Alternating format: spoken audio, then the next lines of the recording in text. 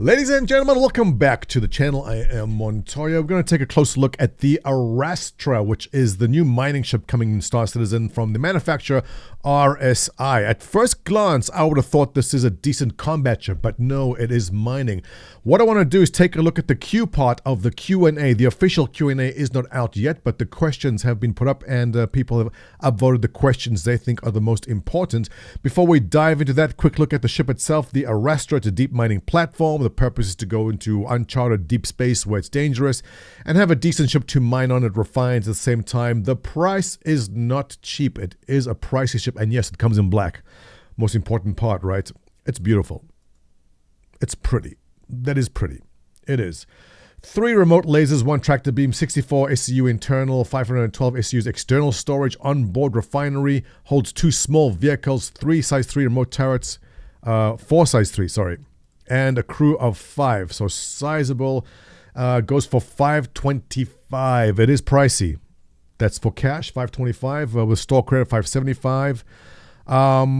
Yeah, but let's take a closer look at what the questions are and see if we can possibly guess the answers, which we probably can also. Top question coming from Wedge Antilles, who is asking, are the refining capabilities equal to or greater than that of the Galaxy refining module or the Expanse? Now, the Galaxy, being a sort of Swiss Army knife of Star Citizen, will have these capabilities also. And the, what is the other ship he's asking about? The Expanse is an exploration ship. I will say that this ship will by far have, well, not by far, but will have greater and superior refining capabilities just because it is a dedicated mining ship. Refining capability refers to what's happened to the rocks once you mine them. They go inside the ship and end up going to what I believe will be these containers in here. It will, in my opinion, have the superior levels of refinery, or much more refinery capacity than any other ship in the role. Maybe the Orion beats it on that. Actually, the Orion will beat it on that. But yeah, it will be superior to the Galaxy and the Expanse, in my opinion. Next question from Knox saying, will mining laser remote stations be effectively operated by NPCs in the future? This is a very common question across all ships for several reasons. A lot of people want to know if they will be able to fly their ship solo. Now, not saying that all ships will have to be soloable, but giving the chance or the opportunity to take out a ship by yourself and still be kind of effective is important to a lot of people. Now, the information we have on this is this.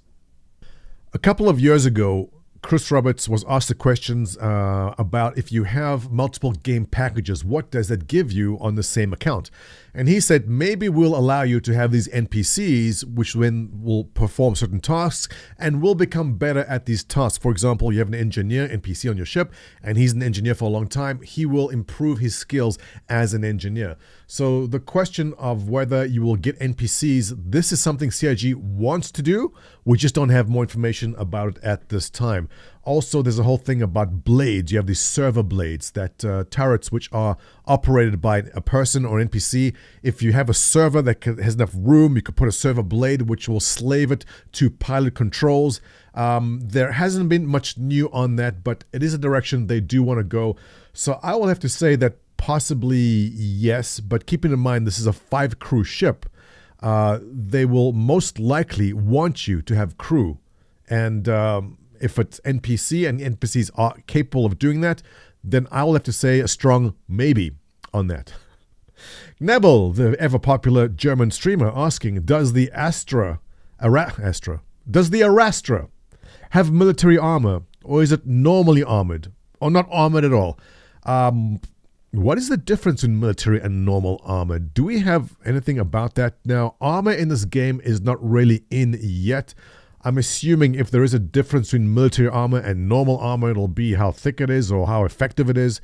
If anything, this is not a military ship. It will be normally armored, and that is my best guess there. Second question by Neville again. Is the refinery so efficient that everything comes in from the mining lasers is refined immediately, or do you have to wait between until the refinery is finished? I would say that but he's thinking about the Vulture, for example, where you are salvaging and it puts your stuff into boxes, then the boxes to be moved. I would say that the mere design of the ship being more of an end game ship is that as you are mining, the stuff will automatically be refined and tossed directly into these boxes. That's how I think it will happen. I don't see a crew of 5 that's a pilot, co-pilot, 3 miners, and then a guy running around loading boxes. I don't think they'll do that. I think it refines and sticks things directly into these boxes over there. That's just my opinion on that.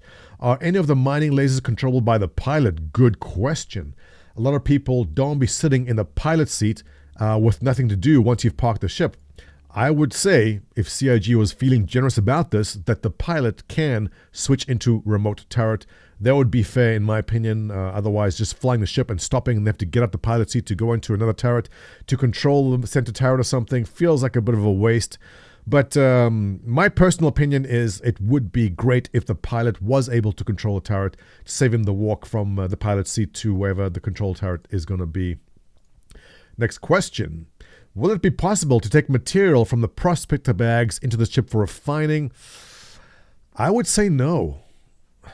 I don't see why they would want this to be it's not a dedicated refinery ship. This ship is built to refine what it mines, in my opinion. I don't think that you park off and other ships come for you to refine material they have. I think the ship's refinery is going to be connected directly into its mining lasers itself, and as you mine, it gets refined. I mean, it could be a possibility, but I don't think that's the direction they want to go with this ship.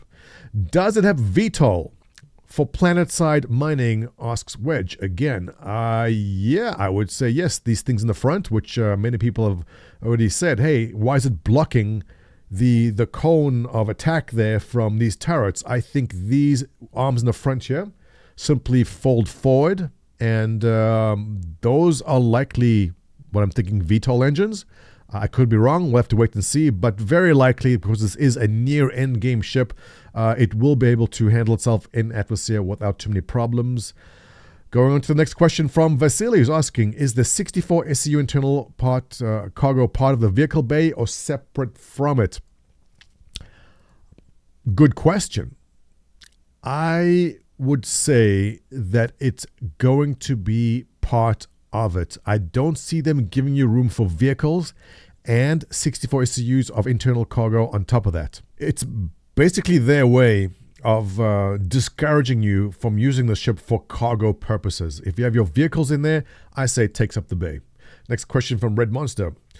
Are there 2 refinery reactors? What size are they, and how will their capabilities compare to the Expanse and RSI Galaxy refining model? That was almost the same question as the first one. Again, the refineries will refine what the lasers bring in. Size-wise, we don't know. We'll have to wait and see on that. Again, the same question. I guess it's a very popular question. People are wondering if it's like the Odyssey. The Odyssey is an exploration ship. It is not a dedicated mining ship. This is a dedicated mining ship. Therefore, it will have the best capacity for and speed of refineries compared to the other ships. I think that makes perfect sense. The mole was used by solo players. However, this was not really practical as the pilot seat and the mining laser, this is actually, maybe he's asking the question we were asking earlier, are not close to each other and had to be changed every time there was a slight change in position.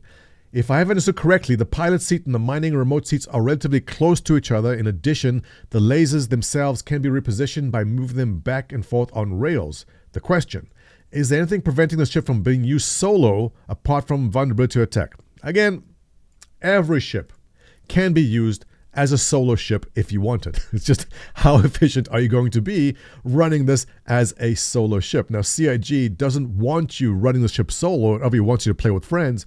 But yes, you will be able to. Now, if the pilot seat doesn't have access to the remote mining laser itself, say you have to stand up and walk 2 feet backwards and go, you can mine. It will be soloable. You will be able to do it, but obviously not as efficient as having 3 lasers going at the same time, having someone on a turret watching in case of attack, having someone else possibly needed to move boxes around. We don't know. But yeah, look, technically every ship is a solo ship until you need help, right? But I think 2 people run this comfortably. I think 3 people is great. If you can fit 5 people on it, that's a pilot and someone manning lasers and turrets, that's going to be even better. But definitely a very interesting and unique, good-looking ship. I think they sold upwards of $3.5 million worth on the first day of this. Me personally, I'm not into mining too much, but everyone I know loves what they see here. And let's stop there and see what the actual official Q&A will be. Thanks for joining me. If you like this kind of content, you know what to do. Give me a thumbs up, subscribe. I'll catch you in the next one.